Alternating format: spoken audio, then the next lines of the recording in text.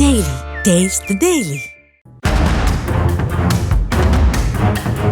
அரசு எவ்வளவு கடுமையான சட்டங்களை போட்டாலும் யாருக்கும் தெரியாமல் இரவு நேரங்களில் மணல் கொள்ளையடிக்கும் சம்பவங்கள் தொடர்ந்து கொண்டுதான் உள்ளன.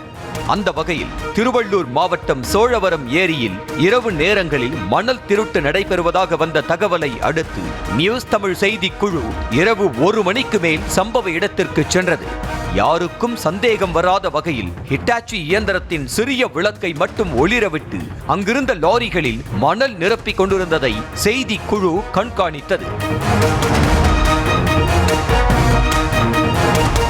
செய்தி குழுவை பார்த்த அங்கிருந்த ஒருவர் பதற்றத்துடன், நீங்கள் யார், இங்கு என்ன வேலை என விசாரிக்க, செய்தியாளர்கள் என தெரிந்தவுடன், மணல் திருட்டெல்லாம் நடக்கவில்லை சார், இங்கு அரசு வேலைதான் நடக்கிறது, ஏரிக்கரையை சரி செய்யும் பணி நடைபெறுகிறது என கூறி உள்ளார்.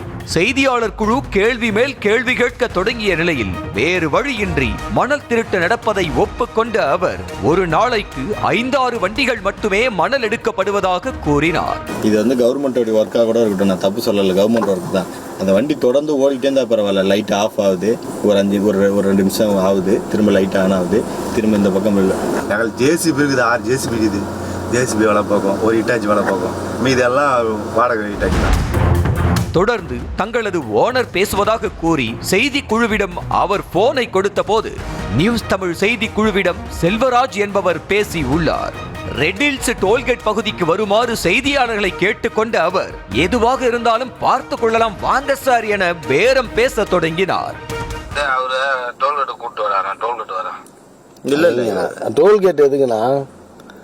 ஆனா நம்ம என்ன நடக்குதுன்னு சொல்லுங்க. ஏன்னா ஒருத்தர் சொல்லாம நம்ம இது பண்ண மாட்டோம்ல. ஆனா கண்டிப்பா ஆனா நீங்க நேர்ல வந்தீங்கன்னா நேர்ல எக்ஸ்பிளைன் பண்ணுவேன், வேற ஒண்ணும் இல்லைண்ணா.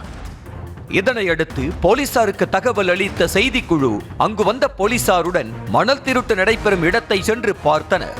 அங்கு சுமார் 20 முதல் 30 அடி ஆழம் வரை பல குழிகள் தோண்டப்பட்டு மணல் கொள்ளை நடந்திருப்பது தெரிய வந்த நிலையில் போலீசார் வருவதை அறிந்த கும்பல் வாகனங்களை மறைத்து வைத்துவிட்டு தலை தெறிக்க ஓடிய நிலையில் அங்கிருந்த ஒருவர் வாகனம் பழுது காரணமாக இங்கே நிற்பதாக கூறி மழுப்பினார்.